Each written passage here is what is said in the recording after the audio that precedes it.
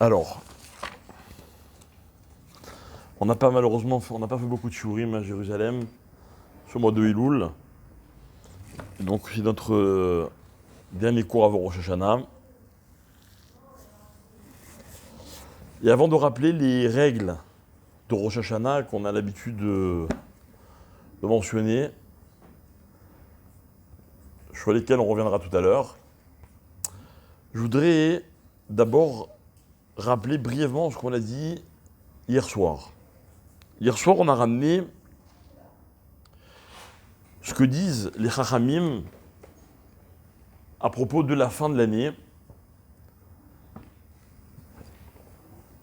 En effet, lorsque les Chachamim ont agencé les lectures des parachiotes, ils ont organisé qu'on dise la paracha de Bechukotai avant Shavuot, toujours, quoi qu'il arrive, et la paracha de Kitavo avant Rosh Hashanah. Le point commun de ces deux parachiotes, c'est que dans les deux parachiotes, il y a des klalotes, d'accord? Les Chachamim expliquent pourquoi on dit ces parachiotes à ce moment-là, Kedé chez Tichle Shana Ve Kilotea. À savoir qu'on termine l'année avec que l'année se termine avec toutes ces klalotes. Donc, quand on est à la veille de Rosh Hashanah, c'est facile. On veut que l'année se termine avec les klalotes. On a un élève de Marc ce soir qui va écouter le cours. Allez. Et à propos de Shavuot, il semblerait donc que les Chachamim, ils emploient le même terme, Tichle Shana, que l'année se termine. Bon, on ne savait pas que Shavuot c'est un Rosh Hashanah. Bon, on a déjà fait des cours là-dessus pour expliquer que Shavuot c'est un petit peu comme le Rosh Hashanah de la Torah. Maintenant, on va rajouter un petit élément. Quel élément? C'est que la période de Elul, donc du premier Elul, jusqu'à la fin de Yom Kippour, c'est la période pendant laquelle Moshe Rabbeinu est monté pour la dernière fois sur le Har Sinaï pour recevoir la Torah définitivement. Et il va donc redescendre à la fin de Kippour avec la Torah, et celle-là, Baruch Hashem, on va la garder. Ce que je veux vous dire, c'est qu'il y a un rapport très étroit entre Matan Torah, le don de la Torah, et les fêtes de Tishri. D'accord? On va essayer d'expliquer ce rapport. On va essayer de se servir de la dimension de Matan Torah pour comprendre le sens de Rosh Hashanah et de Yom Kippour. Donc c'est une approche qui est un petit peu originale, mais vous allez voir que finalement l'un explique l'autre. Donc on va refaire un petit retour en arrière dans la Torah et on va revenir au moment de Matan Torah dans la paracha de Yitro. La Torah nous raconte que Hachem va donner au peuple juif les 10 commandements. Et la Torah dit juste après, Vechol ha'am ro'im et hakolot ve'et halapidim. Donc le peuple voyait les sons. On ne va pas s'arrêter là-dessus, c'est un thème. Ve'et halapidim, à ne pas confondre avec Ve'et kol hashofar et le son du chauffard. Ah, j'ai trouvé le lien. Il y avait le chauffard au moment de Matan Torah. Bon, évidemment, c'est pas ça l'histoire, mais il n'y a pas de hasard. D'accord? Il y a un moment dans l'année, on a une mitzvah minatora d'écouter le chauffard, et on nous raconte que ce chauffard, il a retenti au moment de Matan Torah. Pourquoi? Donc on va voir. Ok? La Torah continue et elle dit que les béné Israël, au début, ils ont eu extrêmement peur. Ils ont dit à Moshe Rabbeinu, on préfère que tu nous parles toi. Et puis la Torah, elle passe à autre chose. Parashat Mishpatim, la Torah nous prescrit une série de de halachot, de loi. Et voilà que, à la fin de tout ça, on revient, fin de Parashat Mishpatim, on revient au Matan Torah. Et la Torah dit comme ça, Ve'el Moshe Amar. Et il a dit à Moshe, Hachem, allez El Hachem, Ata, Ve'aron, Nadav, Avihu, Veshim, Zikni Israël, etc. Monte vers Hachem, soit au début il était accompagné, d'accord, jusqu'au Har Sinaï, de Aaron, Nadav, Avihu, les 70 anciens. Ensuite, Venigash, Moshe Levado El Hachem, Ve'em lo Yigashu, Moshe Rabbeinu, il est monté tout seul. Ve'a'am lo Ya'alu imo, évidemment, le peuple, a fortiori, n'est pas monté avec Moshe. Vayavo Moshe, et quand Moshe est revenu, va s'appeler là, met kol divrei Hachem. Il a raconté au peuple toutes les paroles d'Hachem, ve'et kol ha-mishpatim, et toutes les mishpatim. D'accord? Mishpat, Rosh Hashanah, Kippour, on se rapproche. Ok? Vayan kolam, kol echad. Le peuple a répondu à l'unisson. Vayomru, kol advarim, asher diber, Hachem, naaseh. Toutes les paroles d'Hachem, naaseh. La Torah, elle continue. Moshe, il a écrit, etc. Misbéar, korbanot, tatati, tatata. Vaikar, sefer aberit. Notez bien les mots, parce que vous allez voir leur sens un peu plus tard. Moshe a pris littéralement le livre de l'Alliance, Sefer Aberit, Vaikra Beozne Ha'am, et il a lu aux oreilles du peuple. Donc, il lit la Torah au peuple juif. Donc, c'est quand il est redescendu avec les tables de la loi, donc à la fin de l'histoire. Vayomru, et ils ont dit, Kol asher diber Hachem, naaseh venishma. Tout ce qu'Hachem a dit, naaseh venishma. Vous connaissez l'histoire? L'histoire de cet engagement incroyable, dans lequel les bénis Israël disent, on fera et on comprendra ensuite. La Torah, elle continue. Elle me raconte que Moshe Rabbeinu prend le sang du Corban, il l'asperge sur le peuple juif, etc., etc. Ok? Et la Gemara, dans le traité de Shabbat, va expliquer le passouk qui dit Vaïtiatsev kol ha'am betartit ha'ar, que tout le peuple juif, il se tenait debout, littéralement. C'est quoi tartit ha'ar?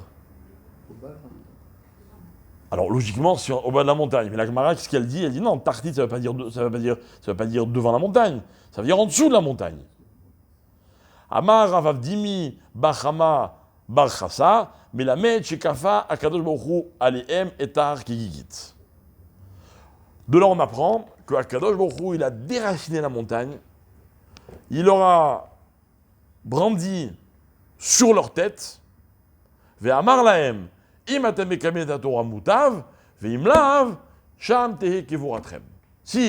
vous acceptez, tant mieux, sinon, vous serez enterrés sur place.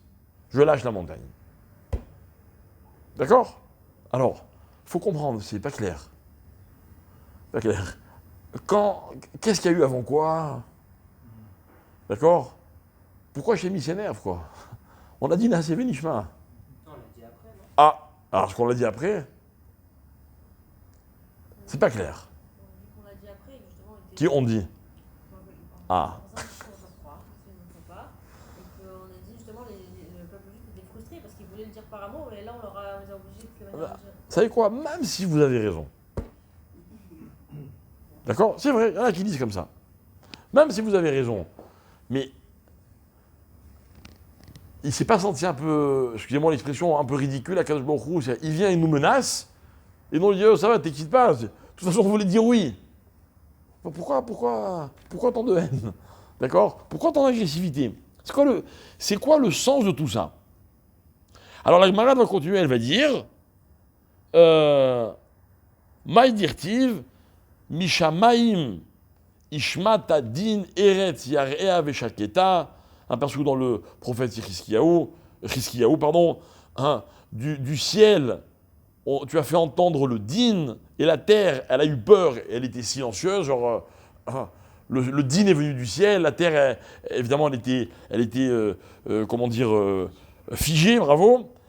Rashi dit, Mishamaim Ishmata din, Rashi rajoute un mot, explication, Torah. Torah.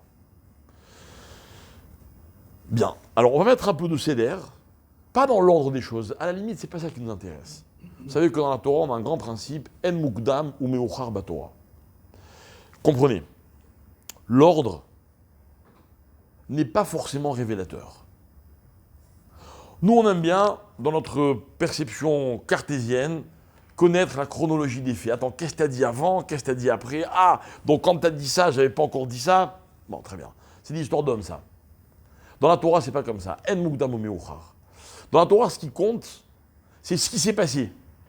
Parce que tout ce qui se passe a un sens.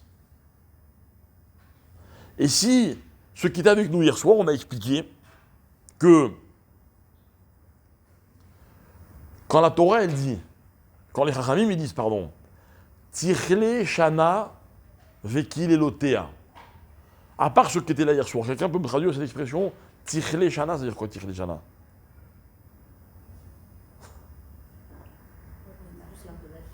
Hein? Tichle. C'est quoi l'arrêt?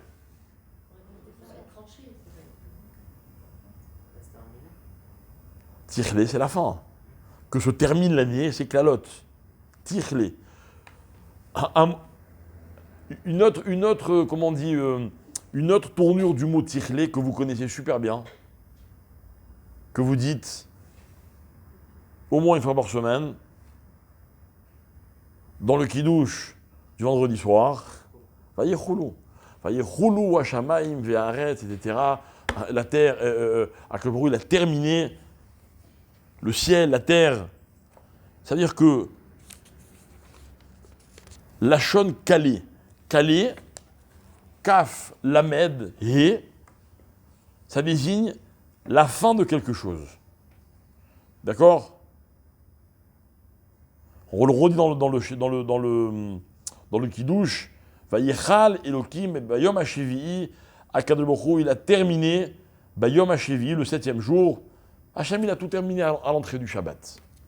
Et on a expliqué que ce mot, Tichle, Vayechoulou, Vayechal, Kalé, à l'origine, il y a deux lettres qui sont le mot Kol. C'est quoi Kol? Kol, c'est tout. Donc on aurait très bien pu dire comme ça. Bah oui, quand on a terminé, il y a tout. D'accord? Parce qu'il y a tout, on a terminé. Nous, ce qu'on a expliqué hier, c'est que la fin de quelque chose, c'est quand tout ce que cette chose contient forme un ensemble. Et quand bien même l'ensemble semblerait être hétérogène, il n'est un ensemble que parce qu'il y a tous ces éléments. Exemple, une année se termine. Imaginons, je viens avec une baguette magique et je vous dis voilà, je vous donne la possibilité de faire un tri pour l'année qui est passée. Vous gardez que ce qui vous intéresse. Il y a des choses que vous élimineriez. Hein? Ouais. Alors je vais vous dire, madame, parce que c'est vous qui avez répondu, hein. Mais je suis sûr que tout le monde est d'accord avec vous. D'abord, c'est pas possible. Hein. D'abord, c'est pas possible. Ok. Et deuxièmement, votre année ne serait jamais ce qu'elle a été si vous éliminiez ce que vous avez envie d'éliminer. J'explique. Terminer une année, c'est pas essayer de se souvenir que de ce qui était bien. C'est être capable de créer une cohésion entre tout ce qui s'est passé dans l'année pour dire, finalement, mon bilan, il est positif. Parce que dans l'année, j'ai eu des grands moments de joie, j'ai eu des satisfactions, mais j'ai eu des contrariétés, des frustrations, des épreuves. Oui, mais peut-être que les uns sans les autres n'auraient pas été possibles non plus. C'est-à-dire que le parcours que cette année m'a permis de franchir n'a été possible que par tout ce qui s'est passé dans l'année. La dimension du tzaddik. On a dit dans la Torah, comment on raconte la mort des tzaddikim? On dit souvent l'expression « vaillé asef el amav ». On dit de Abraham, de Yitzhak, de Yaakov, ils ont rassemblé leurs jours. C'est quoi rassembler leurs jours? C'est-à-dire qu'à la fin de l'année, à la fin de leur vie, tous leurs jours étaient les éléments d'un ensemble duquel on n'aurait rien pu éliminer. Quoi, vous croyez qu'ils ont eu que du bonheur? Que tout a été facile pour eux? Qu'ils n'ont jamais commis d'erreur? Non, eux aussi. Mais leur vie, c'est tout ça. Tichlé Shana, ça veut dire quoi? Que l'année, quand elle se termine, elle englobe tout ce qu'elle a contenu, tout ce qui s'y est passé. Je veux rien éliminer.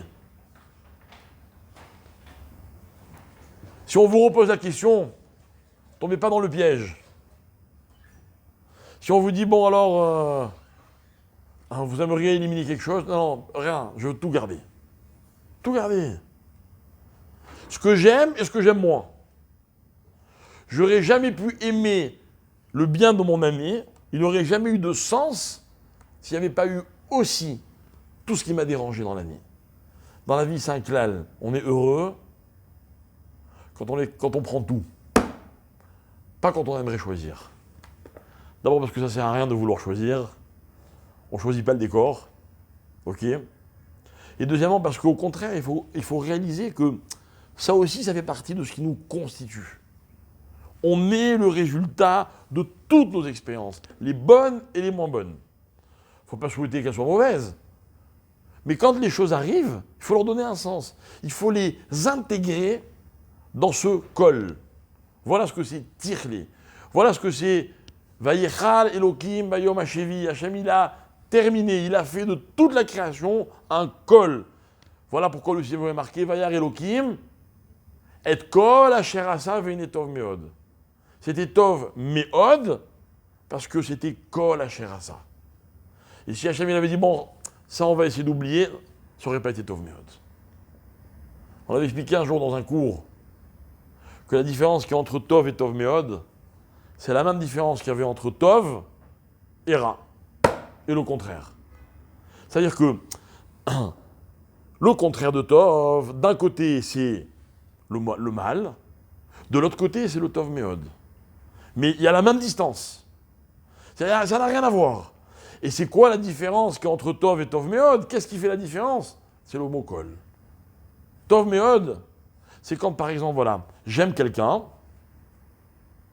comme je le dis souvent, quand est-ce qu'on sait qu'on aime une personne? Quand on aime ses défauts. C'est-à-dire que j'aime tellement cette personne, et je suis conscient que tous ces traits de caractère font de cette personne ce qu'elle est, je n'aurais pas voulu qu'elle élimine ses défauts. Je sais pertinemment que si elle efface ses défauts, il y a aussi d'autres choses qui vont partir avec. Donc je veux tout. Je veux tout. Quand on aime quelqu'un, on ne voudrait pas trier entre ce qui nous plaît et ce qui nous dérange. Entre ce qu'on aurait choisi a priori et ce que cette personne elle nous a imposé. J'aime ma vie si j'apprécie ce que j'aurais choisi et aussi ce qu'elle m'a imposé. C'est un ensemble, c'est ça, kol. Kol, c'est tichlé, shana, vekilotea. On va comprendre que dans cette année, il y avait des klalotes, c'est-à-dire des choses négatives. Et bien, c'est ça l'année. Et c'est avec ça qu'on vient vers Hachem en disant, bon Hachem, voilà ce qu'a été notre année. Maintenant, on va commencer à négocier pour l'année prochaine. Mais si je dis Hachem, tu pourrais pas m'enlever de... Non, c'est pas possible, ça marche pas. Alors je suis pas celui qui se présente devant. C'est pas moi, quoi. C'est pas moi. Bien. Revenons à la Torah. La Torah, regardez, plusieurs fois c'est marqué. Vayomru kol hadevarim asher diber Hashem naaseh. Vayomru kol asher diber Hashem naaseh venishma. Kol. Ok? Bien. Maintenant, au moment où Akadosh Baruch Hu, il prend la montagne et il a comment dire, ouais, si vous voulez, il la balance au-dessus de la tête des Juifs en leur disant, ah bon, vous acceptez ou je lâche. Il y a une explication, et ça va être le cœur de notre cours, l'explication du Rav Chaim de Brisk. Le Rav Chaim de Brisk, il dit comme ça. Il dit, cette menace, elle était indispensable. Pourquoi elle était indispensable? Alors écoutez bien. Il semblerait, de tout ce qu'on a lu dans la paracha de Yitro et de Mishpatim, qu'en fait, il y a deux dimensions dans la Torah.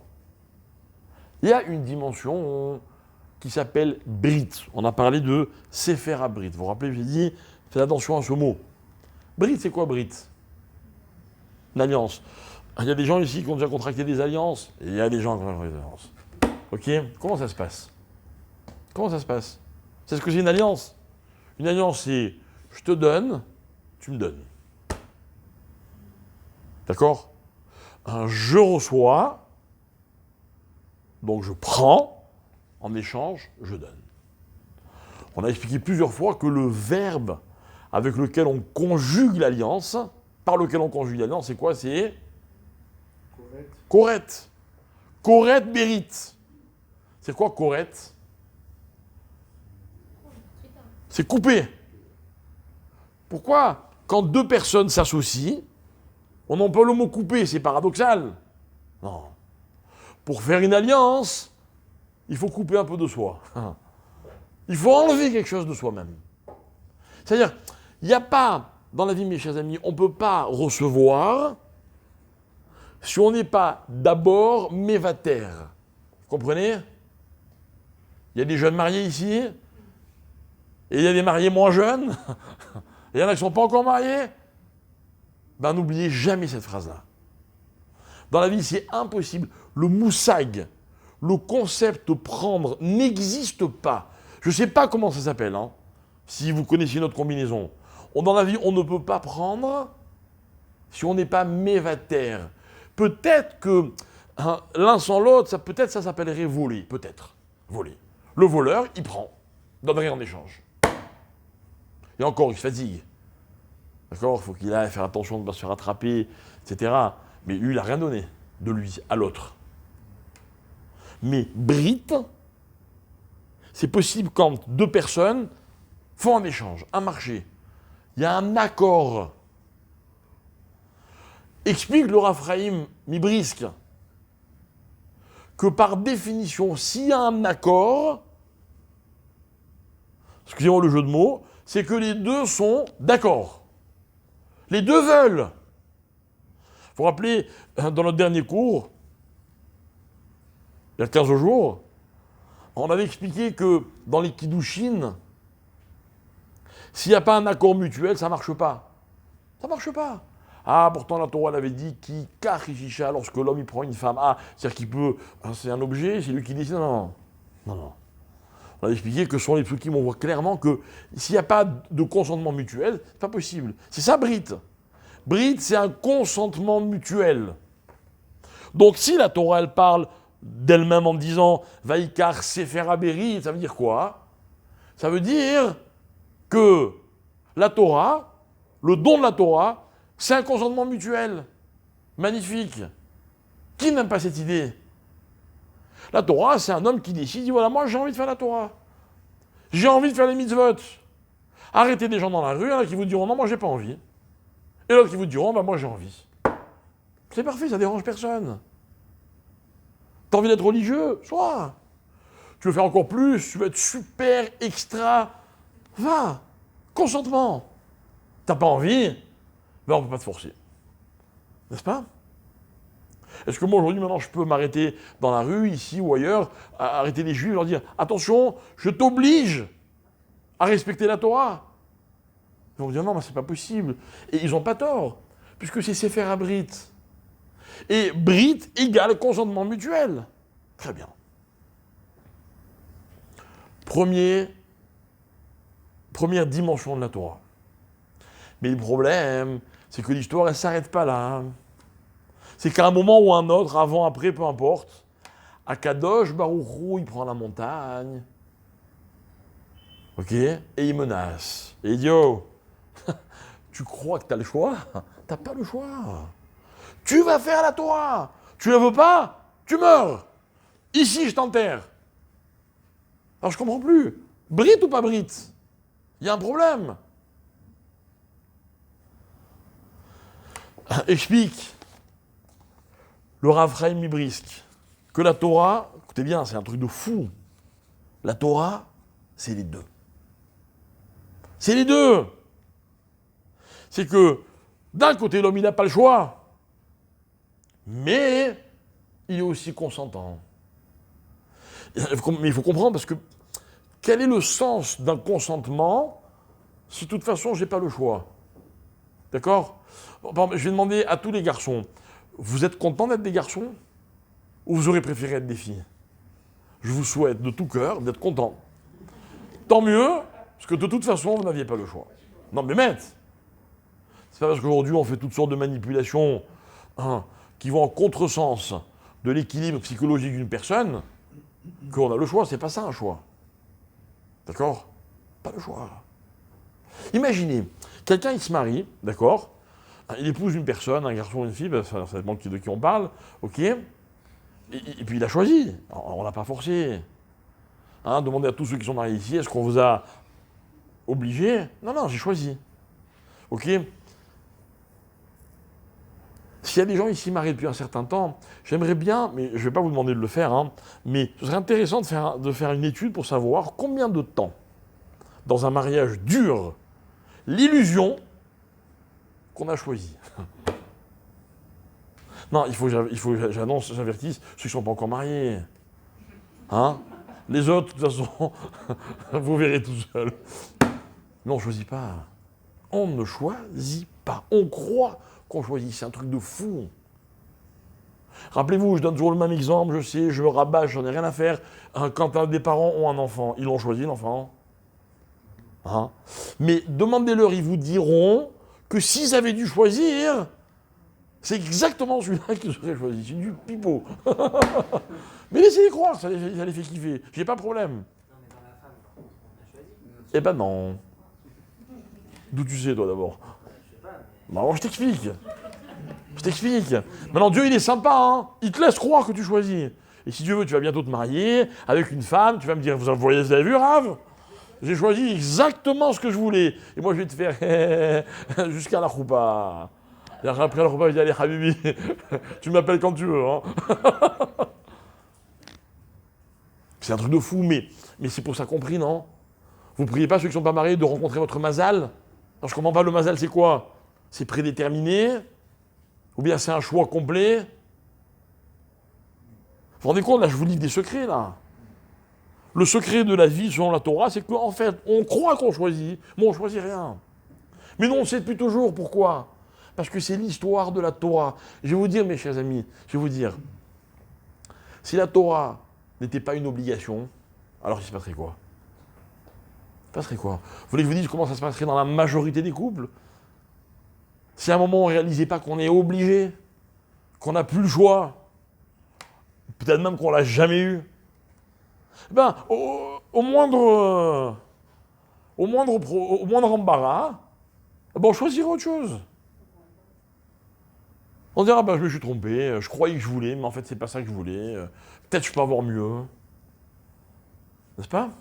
Eh ben non, c'est pas comme ça. C'est pas comme ça dans la vie. Dans la vie, la Torah nous enseigne que le peuple juif, il a été forcé d'accepter, mais il a accepté comme quand on est consentant. Pas moi qui le dis. C'est pas moi qui le dis, c'est une histoire dans la Gemara de Shabbat qui est très connue. Parce que dans la Gemara, dans Shabbat, dans Daf Pechet, la Gemara elle raconte là-bas toute l'histoire du don de la Torah. Et elle raconte l'histoire de cet homme qui était un hérétique, qui passe devant un maître qui est en train d'étudier la Torah et il s'appelle Rava. Et Rava, il ne se rend pas compte que son pied, il est assis en tailleur, son pied écrase son doigt, le doigt de sa main. Il avait la main sous le pied. Et il écrase tellement fort, et lui, il est tellement concentré dans son étude de Torah, il a du mal à comprendre ce qu'il est en train d'étudier, il se casse la tête, que du sang jaillit de son doigt, et il ne s'en rend pas compte. Et il continue à étudier la Torah. Et l'hérétique, le tzedouki, il voit ça. Et le sadducéen, plus exactement, il voit ça, et il se moque. Et il lui dit, ah, Amab Ziza, peuple impétueux, toujours pressé. Dekadmitu pour maïrou ladonaïrou. Vous vous êtes empressé d'accepter ce que votre maître vous a proposé. Ah, c'est pas comme ça qu'il fallait faire. Bereshaïv elichou limishma, imetitu kablitu, veimlo lo kablitu. Vous auriez dû d'abord réfléchir. Est-ce que cette Torah elle vous convient ou pas? Oui, vous prenez. Non, vous refusez. Il a raison, non? L'autre, il est là, il se casse la tête, il souffre, son doigt, il saigne, il ne s'en rend même pas compte. Alors, Rava, il lui répond, il fait une réponse limite un peu bornée comme ça. Il lui dit, ah non, chez nous, c'est pas comme ça que ça marche. Anan, desaginan, bishlemuta. Rachid explique, il dit, nous, on suit Hachem, naïvement.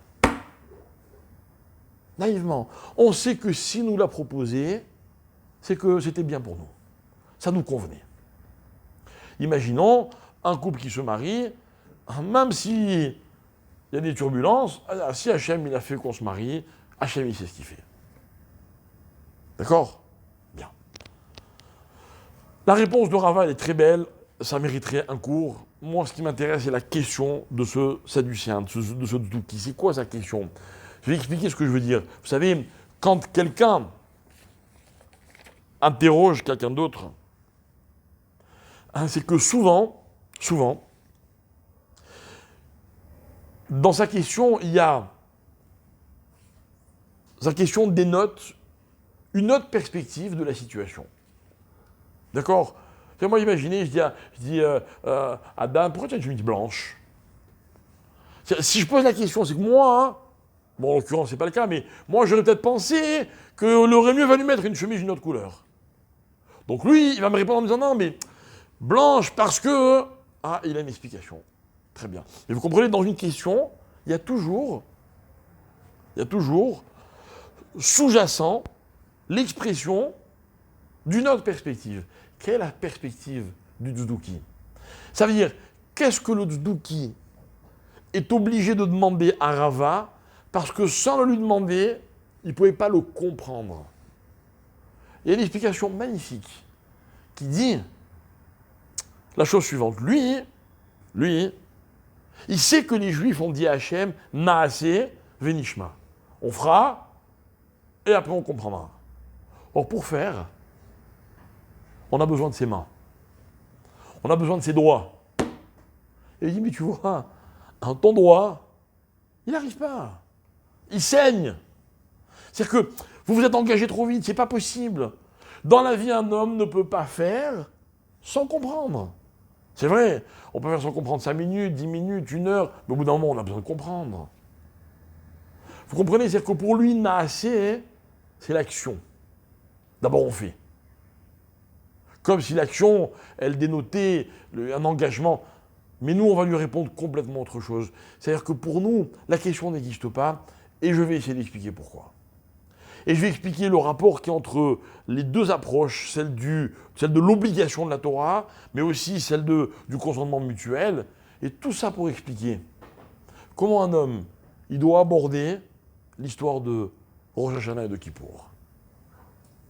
Alors voilà, mes chers amis, je vais vous expliquer ce qu'il faut retenir de Naaseh venishma. C'est quoi Naaseh venishma? C'est quoi? C'est juste faire sans comprendre. Hein? Après on comprend, donc quel est le mérite? Juste le temps de comprendre, quoi. C'est bien, mais on n'a pas de mérite non plus. Si vous me dites fais, tu vas comprendre. Ben, je vous écoute. Je suis intelligent. Je suis raisonnable. Et après, je comprends. Donc c'est tout, il n'y a plus de problème. C'est pas ça le mérite. Le mérite, il est ailleurs. Le mérite, il y a une double dimension. Il y en a une qui s'appelle Naasé et il y en a une qui s'appelle Nishma. Écoutez bien. Écoutez bien. Quand on vous oblige à faire quelque chose et que vous l'avez fait, en le faisant, vous vous êtes acquitté d'un devoir. Voilà ce que c'est din. Din, mes chers amis, c'est tous les devoirs qu'on a dans la vie. Des fois, on est à la hauteur de ce que l'on doit faire. Des fois, malheureusement, on n'est pas à la hauteur de ce qu'on doit faire. Alors, à un moment, il y a un mishpat. Et ce mishpat, il va permettre justement de déterminer si je suis plus zakai, plus rayav, si je suis plus méritant, plus... vous voyez? On fait un bilan. Ça, c'est din. Ça, c'est din. Din, c'est quand Hachem il prend la montagne et il dit aux hommes, regardez, de toute façon, vous n'avez pas le choix. Mais nous, on a une réponse. On a une réponse, écoutez bien. Je vous ai raconté, je crois, un jour l'histoire qu'on m'a racontée. Je ne la connais pas, je ne connais pas les personnes, je ne sais pas si elle est vraie ou pas vraie. Peut-être que c'est juste une image. Moi, j'aime croire qu'elle est vraie. Parce qu'on va tous un peu se reconnaître dans cette histoire. C'est un rave qui reçoit un couple. Ce couple a des petits problèmes. Évidemment, chaque conjoint a des doléances et des arguments contre l'autre. Et c'est la femme qui parle, elle dit au rave, vous comprenez, tout ce que je lui demande, il ne veut jamais me le faire. Alors elle dit, donnez-moi un exemple. Elle dit, voilà, la semaine dernière, il est rentré du boulot, j'avais très mal à la tête. Je lui ai demandé d'aller m'acheter de la camole, on a une pharmacie juste en bas de la maison. Et il n'a pas voulu aller. Pas gentil, le mari. Donc le rave, le mari, il dit, franchement, il dit, mais rave, j'ai envoyé la petite. Notre fille est allée, 2 minutes après, elle a baissé sa camole, qu'est-ce qu'elle me veut? Schmata, c'est moi qui dois descendre. Et le rave lui dit, t'as rien compris. T'as rien compris. Ainsi le faut, les acamoles, elle en avait dans le tiroir de la pharmacie. Elle voulait juste que tu sois prêt à aller lui acheter de la camole parce qu'elle a mal à la tête. C'est comme ça que ça marche. D'accord? Alors, quoi? Qui a raison, qui a tort? Je ne sais pas si cette femme, elle existe, si c'est comme ça que les choses sont formulées. Moi, je voudrais m'attarder sur le mari. Qu'est-ce qu'il a raté, le mari? Qu'est-ce qu'il a raté? Peut-être qu'il peut lui acheter un bouquet de fleurs demain, puis on a réglé le problème. Non? Sans penser. Ou on n'a pas réglé le problème.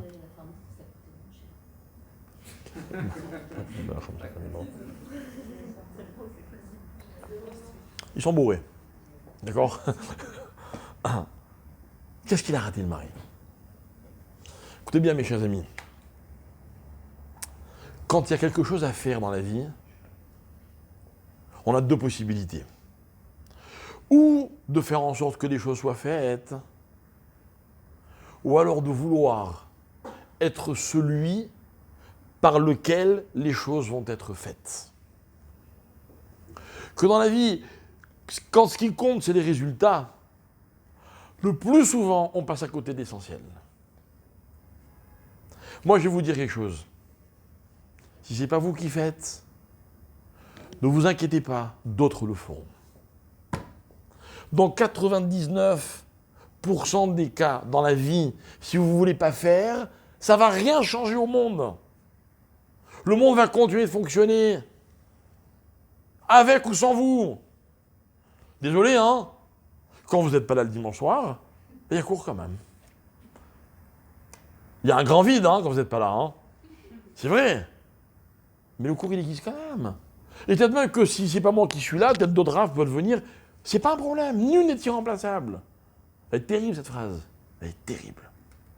Et ben moi, j'ai envie de croire que c'est pas vrai, que non, pas nul n'est irremplaçable. Que moi, je suis pas remplaçable. J'ai envie. Mais il y a une condition. Il y a un marché qu'il faut savoir accepter.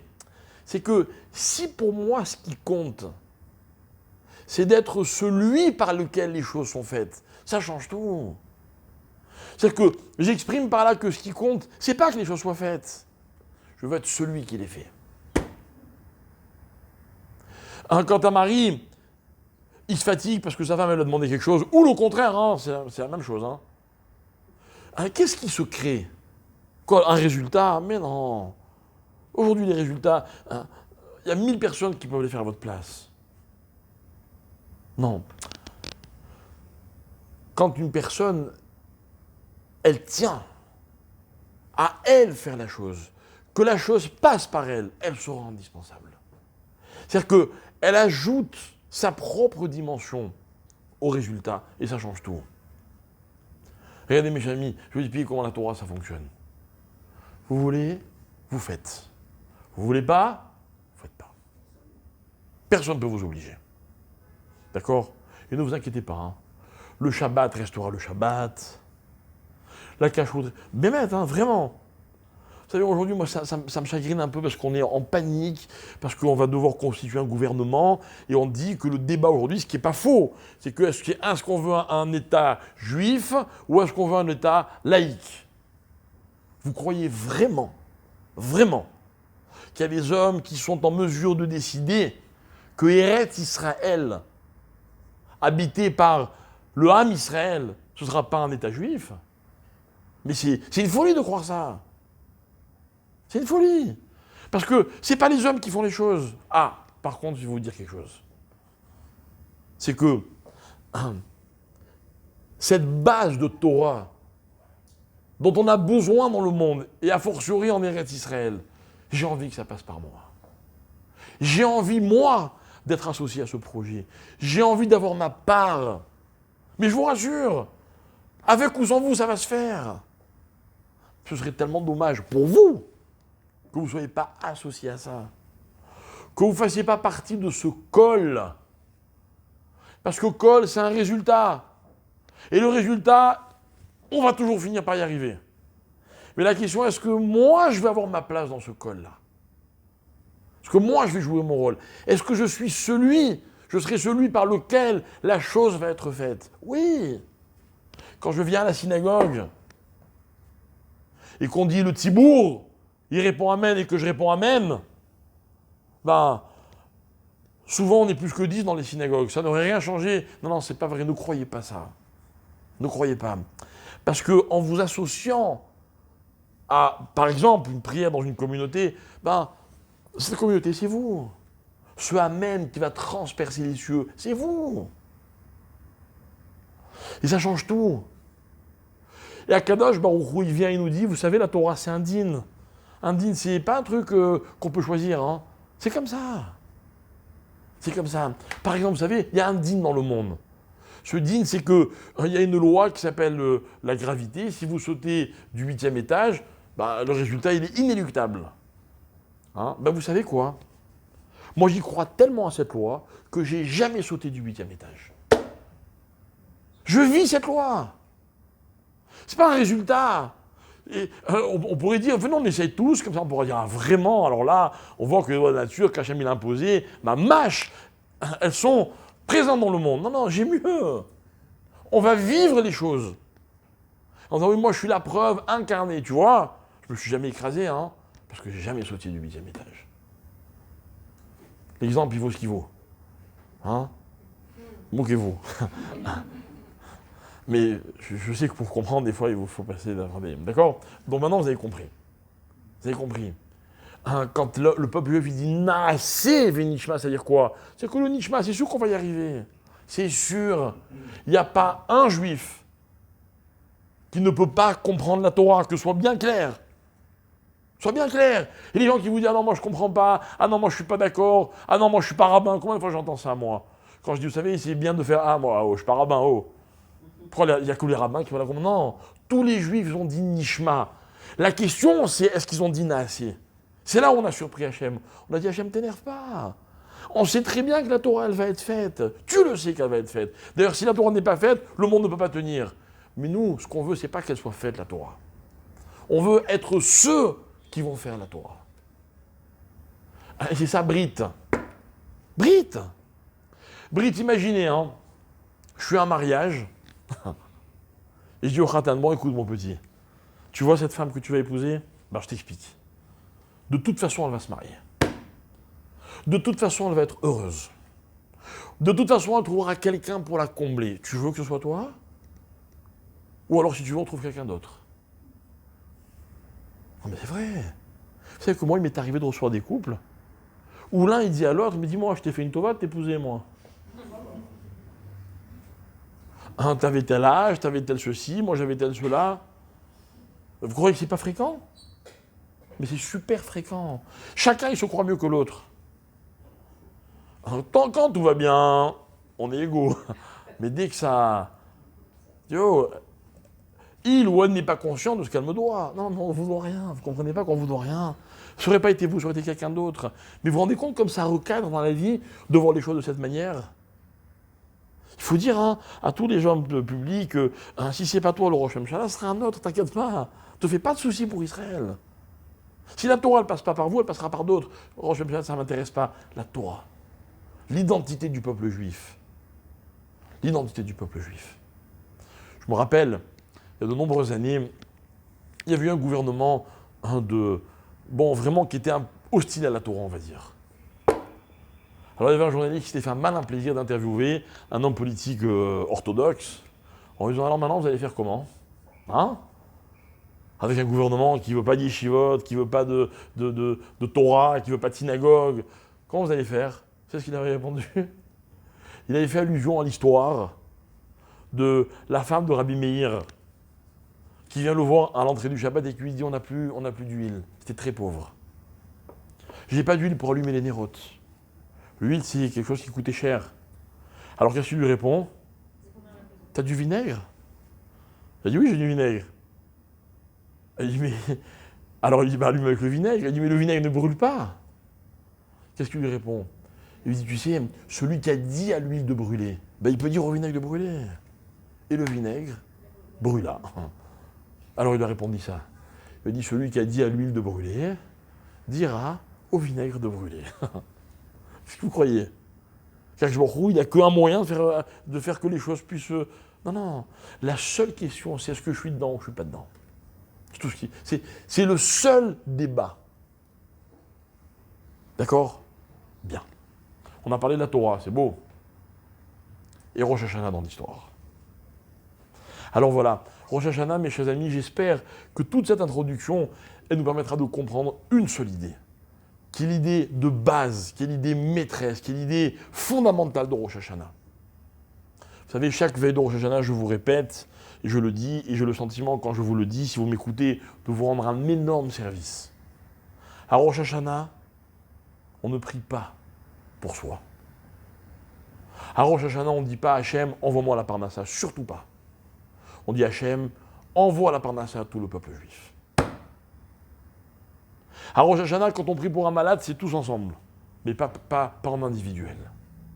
Je vous avais expliqué plusieurs fois qu'à Rosh Hashanah, ce qu'on demande, c'est que notre dossier il passe discrètement, vous voyez. Parce que si jamais je demande quelque chose de particulier à Hachem, ce qu'il va faire Hachem, il va dire attends, on va approfondir son dossier, on va voir lui. Il mérite pas. Chlet. Enfin, chlet. Il y a une chance.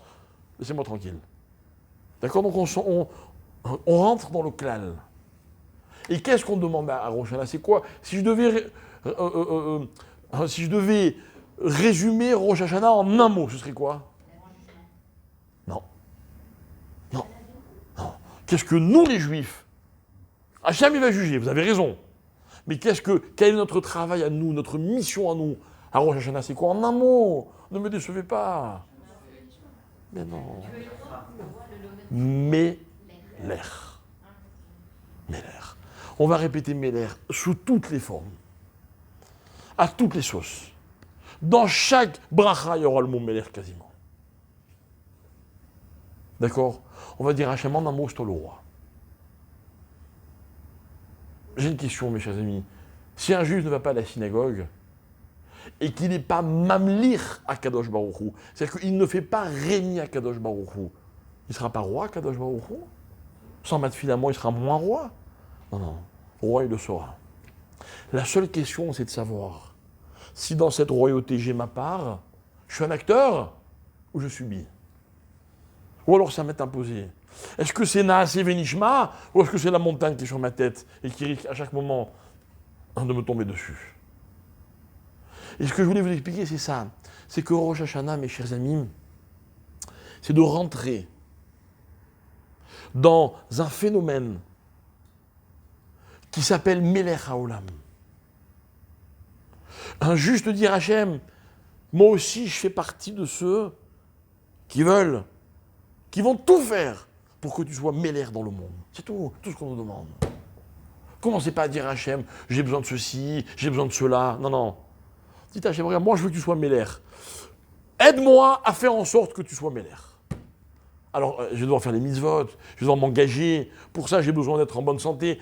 Ça coule de source. Moi, mais ce que je veux, c'est juste ce brit, cette alliance. Être de ceux qui font un accord avec toi, qui sont associés à toi dans tout ce que le monde va devenir dans l'année qui vient. Je ne veux pas être mis de côté. Bon, la seule chose qui me fait de la peine, quand je vois des juifs qui ne rentrent pas dans les synagogues à Rosh Hashanah Kippour, c'est quoi? C'est que eux aussi, ils vont profiter, on va prier pour eux. Ils vont profiter du shefa qu'il y a dans le monde, de l'abondance, de la bracha du monde.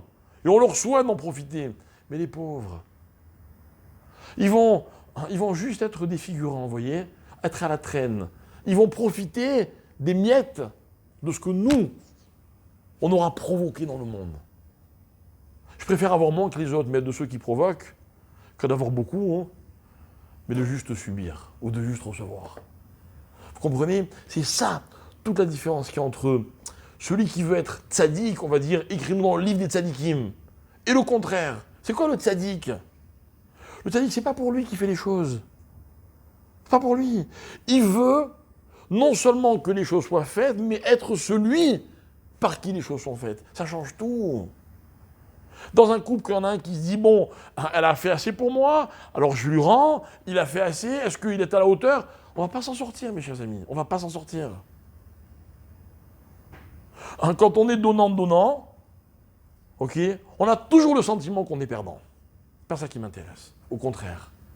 Je voudrais qu'on soit conscient que gagner dans la vie, c'est faire partie de ceux grâce à qui les choses se font. Grâce à qui les choses se font. Dans une amitié, ce qui compte, c'est cette amitié. Eh bien, si c'est moi qui fais des efforts, mais que grâce à ça, l'amitié, elle existe, ça vaut largement la peine. Même si lui profite de moi, et alors? Et alors? Vous savez, il faut beaucoup travailler cette mida, sur laquelle on est toujours frustré quand on a le sentiment que les autres profitent de nous. Les gens profitent de vous, vous n'imaginez pas quel privilège ça représente. Vous êtes acteur. S'il y a des gens qui profitent de vous, c'est que ce qu'ils sont, eh ben, c'est grâce à vous. C'est par vous qu'ils le deviennent. Je veux que Hachem profite de moi. Que grâce à moi, il soit Melech. Qu'est-ce que je vais avoir en échange? C'est un autre problème. Vous savez quoi, on en parlera à Kippour. Là, le ton sera un peu différent. On parlera d'autre chose. Mais à Rosh Hashanah, c'est juste que Hachem soit Melech. Alors il va s'asseoir, il va ouvrir les livres, un Sefer Tzadikim, un Lot, Bénonim, machin, juste ma place dans le bon Sefer. Et puis si c'est pas sûr que j'ai réussi, mets-moi en suspens jusqu'à Kippour. C'est tout, je vais rien demander d'autre. Soyez gentils, avec vous-même, je vous en supplie, rappelez-vous de ce que je suis en train de vous dire. Ne faites pas de chokhmot. Qu'est-ce que je peux demander à Dieu? Est-ce que j'ai bien prié pour ça? Moi sans arrêt on me dit, bon, tu pries pour moi, hein? Je fais non, désolé. Ah bon? Je prie pas pour moi, je prie pour toi. Hein. C'est pas dans ton intérêt, je prie pour toi. Je prie pour que l'on Hachem grandisse. Maintenant, si pour que l'on Hachem grandisse, il faut que je fasse les mitzvot. Il faut que je me marie. Il faut que je sois en bonne santé. Tout ça, c'est des conditions pour que les mitzvot soient accomplis. Ah d'accord, donc vous inquiétez pas. Mais là, ça veut dire, de facto, c'est ce qui va se passer. C'est ça, Naasé Venishma. Et ce qui est extraordinaire, c'est que dans toute cette période de din, donc comme on l'a dit tout à l'heure, quelqu'un l'a dit tout à l'heure, ce qu'on a expliqué il y a 2 semaines, c'est que Rosh Hashanah et Kippour, c'est un parfait équilibre entre din et rachamim.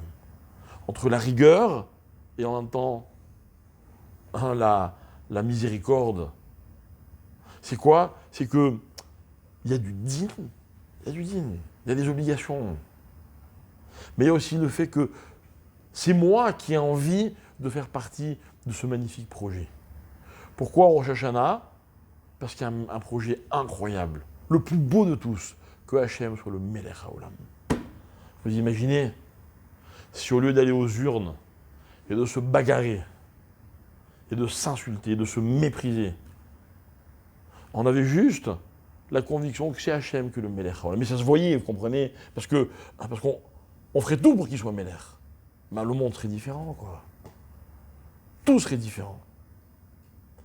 Alors voilà, moi, et ce sera mon dernier mot, quand on parle de Chaim et du contraire, c'est quoi la vie, c'est quoi le contraire? C'est quoi la vie, c'est quoi le contraire? Vous savez, aujourd'hui c'était l'Askara de mon père à la Vache à l'Homme, et ce soir, donc à partir de ce soir jusqu'à demain, on a une autre Askara dans la famille. Mes parents, quand il y a très longtemps, il y a 48 ans exactement, ils ont perdu un enfant, un petit bébé. D'accord, un petit bébé, il est né. Au début, il était normal. Et puis au bout de quelques jours, ma mère s'est rendue compte qu'il y avait un problème, elle est allée voir un médecin, etc. Et ils se sont rendus compte qu'il y avait une malformation cardiaque. Un truc aujourd'hui qui se soigne très facilement. À l'époque, ils ne savaient pas comment gérer ce genre de situation. Il est resté à l'hôpital pendant 2 mois, je crois, ou 3 mois. Et un jour, on a dit à mes parents, voilà, c'est bon, tout est rentré dans l'ordre. Il est sorti de l'hôpital. Les médecins, ils ont demandé aux médecins est-ce qu'on peut faire la Brit Mila. Et les médecins ont dit on peut faire la Brit Mila, aucun problème. Ils ont fait la Brit Mila, et 3 jours après, il est niftar. D'accord? Et donc, je ne suis pas de ceux qui vous disent que c'était le Gilgoul d'une Neshama ou qu'un Tikkun. Peut-être, sûrement. Mais ça me dépasse. Par contre, je peux vous dire une chose, c'est que j'ai toujours entendu mes parents dire, toute leur vie, évidemment, il faut souhaiter à personne que ça n'arrive jamais à personne, que personne ne souffre de ça, mais ils nous ont toujours dit, si on n'avait pas eu cette épreuve dans notre vie, on n'aurait jamais fait tout ce qu'on a fait. Au Hachem, ils ont fait pas mal de choses, mais quelque part, cette épreuve, et notamment, moi je le vis, je l'ai vécu plusieurs fois dans ma vie. Pourquoi? Parce que on m'a plusieurs fois demandé de prendre la parole, justement, dans des occasions similaires. Vous voyez, une fois, il y avait une famille qui avait connu le même drame, etc. Et on m'a demandé. Et les gens, ça leur avait fait un bien fou. Moi, j'étais bébé quand c'est arrivé. D'accord? Et pourtant, de raconter que mes parents, machin, etc. Donc on ne sait pas. On ne sait pas la portée d'une chose dans la vie. Et moi, on m'a appris quelque chose, et je vous le communique, vous le prenez comme vous voulez. On aime bien, pour comprendre un événement, se tourner vers le passé. C'est une grande erreur. Le meilleur moyen de comprendre un événement, c'est de se tourner vers l'avenir. Et de se dire, si Hachem m'a envoyé cette épreuve, un jour, je sais qu'elle m'aidera, cette épreuve. Elle m'aidera. Ne serait-ce que pour aider ceux qui vivent la même épreuve. D'accord? Je voudrais expliquer la différence qu'il y a entre Chaim et Metim. Sifrei Chaim, Sifrei Metim. C'est quoi la différence? Très simple, sans philosopher.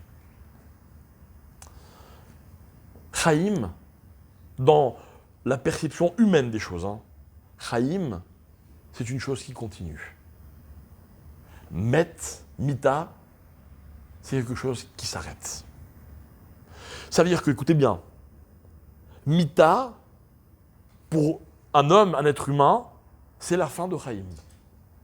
Maintenant, vrai, pas vrai, évidemment que c'est faux, que dans l'Olam Haba, les choses continuent différemment. Mais en tout cas, dans ce monde, c'est comme ça qu'on perçoit l'un et l'autre. Ok? Demandez à Hachem d'être écrit Bessifrei Chaim, Bessefer Chaim. C'est quoi Sefer Chaim? C'est demander à Kadosh Baruch Hu de nous écrire dans le livre dans lequel les choses vont continuer. Et je vous le dis souvent, on en a parlé ce Shabbat, dans la vie, la clé de la joie, du bonheur, de l'aboutissement, de la plénitude, c'est quoi? C'est quand chaque expérience nous donne le sentiment qu'elle est une étape dans un processus. Qu'un événement ne se termine jamais au moment où il s'arrête, au contraire. Des fois, c'est parce que ça s'arrête que ça peut avoir un effet. Vous voulez un exemple?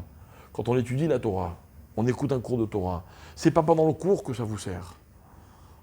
Vous n'en avez pas besoin là maintenant, pendant qu'on est tous assis dans une synagogue. C'est pas maintenant. Quand on va s'arrêter, quand vous allez retrouver votre vie, alors là, le cours va prendre un sens. Voilà ce que c'est Chaim.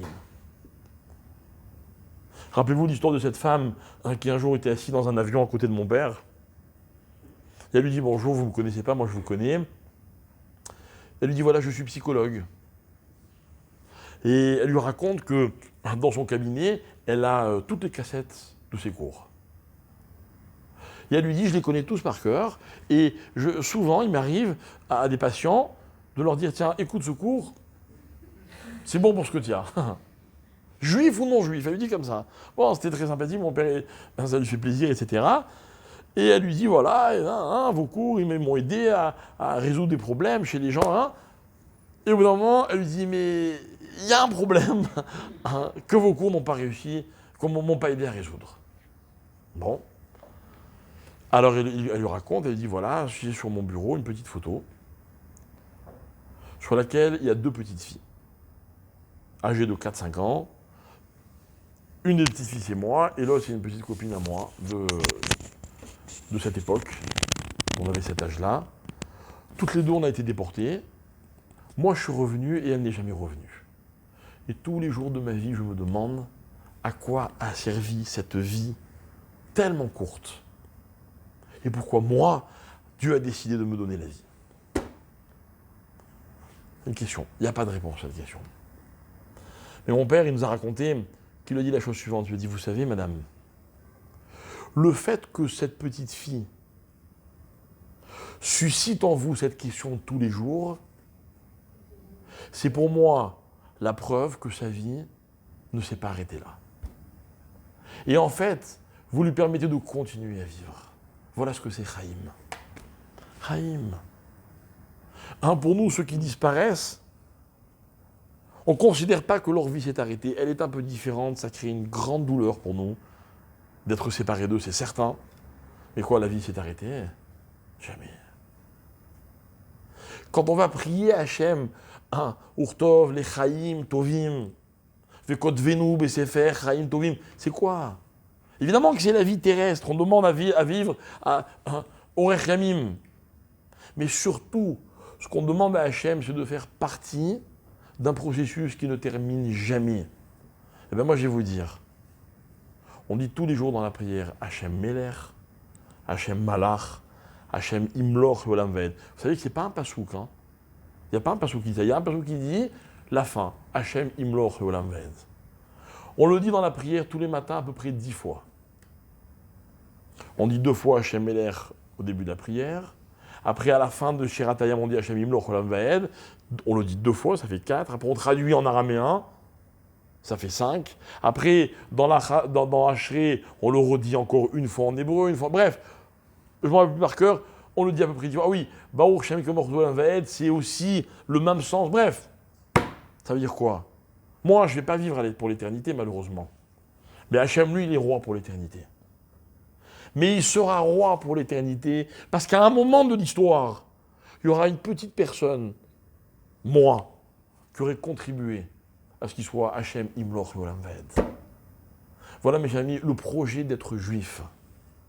Voilà la réponse des Juifs à un Naaseh Venishma. C'est par nous que les choses vont être faites. On sait que tu peux nous obliger, mais ce n'est pas la peine. Parce qu'en nous obligeant, tu obtiendras un résultat. Nous, ce qui nous intéresse, ce n'est pas le résultat, c'est d'être dans le projet. D'être ce par qui le résultat, il va arriver. Alors c'est ce que je vous souhaite. Je pense que une Shana Tova, c'est une année, d'abord que je souhaite facile, mais avec tout ce qu'elle comporte, une année, on ne peut pas faire de tri. Pas faire de tri. Mais voilà ce que je voudrais vous souhaiter, et souhaiter tout le peuple juif. C'est que quand l'année se termine, on puisse être capable de réaliser que l'année ne vaut que grâce à tout ce qu'elle a contenu. Donc, que les choses continuent. Que continuer à vivre, c'est continuer de réaliser que tout ce que fait Hachem, ça s'inscrit dans un seul et même projet. Hier, on a expliqué dans le cours quelque chose de magnifique, on l'a dit vite, on va le redire vite. Que le mot tichlé, on le trouve dans un verset de la Torah qui nous demande de laisser dans le champ un petit carré pour les pauvres. Lo techale peat sadecha. Ne termine pas complètement ton champ, laisse un petit carré pour que viennent cueillir ceux qui n'ont pas de quoi manger. Et le Rav, il expliquait, le Rav Shapira, il disait cette phrase magnifique. Il disait, un homme, il a tendance à croire que sa parnassa, c'est grâce à son champ. Et nous, on vient lui dire, non, ta parnassa, en fait, c'est beaucoup plus que quelque chose d'individuel. On a à manger, vous savez pourquoi ? Parce qu'on a de l'argent et parce qu'il y a des pauvres. Parce que dans une année, il y a de la bracha et il y a de la klala. Dans la Torah, il y a l'un et l'autre. S'il n'y avait que l'un ou que l'autre, les choses n'auraient pas de sens. Et en fait, est riche celui qui est capable de réaliser que ce qu'il possède n'a de valeur que parce qu'il peut aider ceux qui manquent de ce qu'il a, parce qu'eux, ils ont autre chose à lui apporter. Vous allez me dire, c'est pas juste, c'est pas votre problème. On ne connaît pas les lois de la justice, les machins, on ne sait pas. On ne sait pas. Mais tirle shana, comme on l'a expliqué, c'est le même sens que l'otechale peatzadecha. Ne termine pas ton chant.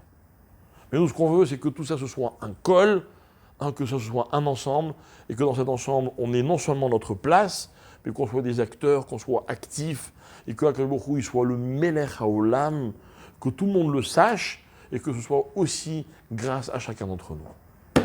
Ktiva v'chatima tova, Bezrat Hashem, prochain shiur, entre Rosh Hashanah et Kippour.